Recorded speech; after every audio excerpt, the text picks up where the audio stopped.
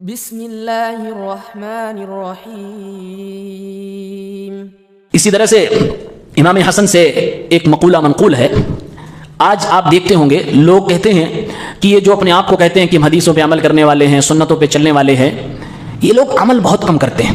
ارے ان کو دیکھو، وہ تو تسبیح ہاتھ میں لے کر چل رہے تھے، ان کے ہاتھ میں ہمیشہ تسبیح کا دانہ ہوتا ہے۔ وہ 24 گھنٹے میں اکثر اوقات مسجد میں گزارتے ہیں، 4 مہینہ یہاں لگایا، 40 دن یہاں لگایا، خوب نیکیاں کر رہے ہیں۔ اور یہ دیکھو جو لوگ کہتے ہیں ہم سنت پہ عمل کرتے ہیں، ان کے عمل ہی نہیں ہے۔ ایسے لوگوں کے لیے یہ قول ہے، کہتے ہیں عمل قلیل فی سنہ خیر من عمل کثیر فی بدعہ۔ تھوڑا عمل کرو، سنت کے مطابق کرو، یہ بہتر ہے، بیسٹ ہے بہت سارے عمل سے جو بدعت کے ساتھ کیا جاتا ہے۔ اس لیے عمل کی کوالٹی ہمیشہ اللہ چیک کرتا ہے، اللہ کوانٹٹی نہیں دیکھتا ہے۔ کوانٹٹی اتنی اللہ کو چاہیے جتنا اللہ نے کہہ دیا کہ 4 رکعت ظہر میں تو 4 رکعت۔ اب آپ اگر 10 پڑھ رہے ہیں تو اللہ کو وہ 4 کے بعد والے سے کوئی مطلب نہیں، بلکہ گناہ دے گا، وہ بدعت ہو جائے گی۔ آپ 4 کے بجائے 5 پڑھنے لیں گے۔ جتنی تعداد اللہ نے بتایا ہے وہ تو اللہ نے فکس کر دیا کہ ہم کو اتنا چاہیے۔ اب کوالٹی آپ سے اللہ مانگ رہا ہے، کوالٹی کیسے آئے گی؟ سنت پر عمل کرنے سے آئے گی۔ بدعت کو لوگ انکلوڈ کر دیتے ہیں، کیوں؟ سمجھتے ہیں کہ ہم اپنے اعتبار سے اچھا کر رہے ہیں، اور اس میں نئی نئی چیزیں لا کر ایجاد کر دی جاتی ہیں، پھر وہ بدعت کے ذریعے سے وہ عبادت بھی ملیا میٹ ہو جاتی ہے۔ تو کہتے ہیں عمل قلیل فی سنہ خیر من عمل کثیر فی بدعہ۔ سنت کے ساتھ تھوڑا سا بھی عمل بہتر ہے کہ انسان بہت سارا عمل کرے لیکن اس میں بدعت کی ملاوٹ ہو۔ سعید بن مسیب کبار تابعین میں سے ہیں۔ ایک دن ایک آدمی کو دیکھتے ہیں کہ وہ نماز پڑھ رہا ہے، غلط ٹائم پہ نماز پڑھ رہا تھا۔ نماز پڑھنا اچھی بات ہے، لیکن اس کے لیے بھی اوقات ہیں، کچھ وقت میں نماز پڑھنا، نفلی نماز پڑھنے سے منع کیا گیا، جیسے فجر کے بعد ہے، عصر کے بعد ہے، اور طلوع زوال آفتاب کے وقت ہے۔ تو ایسے اوقات میں نماز پڑھنے سے روکا گیا ہے۔ وہ آدمی نماز پڑھ رہا تھا، نفلی نماز۔ سعید بن مسیب رحمہ اللہ نے فرمایا لا تفعل ھذا، اس وقت تم نماز نہ پڑھو۔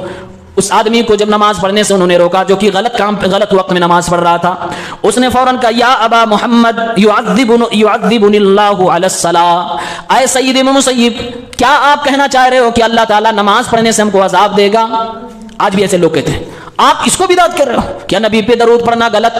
کیا یہ نماز پڑھنا غلط؟ کیا شب برات کے اندر نمازیں پڑھنا غلط؟ کیا فلاں رات کے اندر قبر کی زیارت کرنا غلط؟ کیا کسی کے لیے دعا کرنا غلط؟ بہت ساری چیزوں کو، اور یہ تمام وہ بدعت کی چیزیں جب انسان کو روکا جاتا ہے تو یہی جواب ہوتا ہے، کیا یہ چیز غلط ہے؟ کیا اللہ تعالیٰ اس کا گناہ دے گا کہ ثواب دے گا؟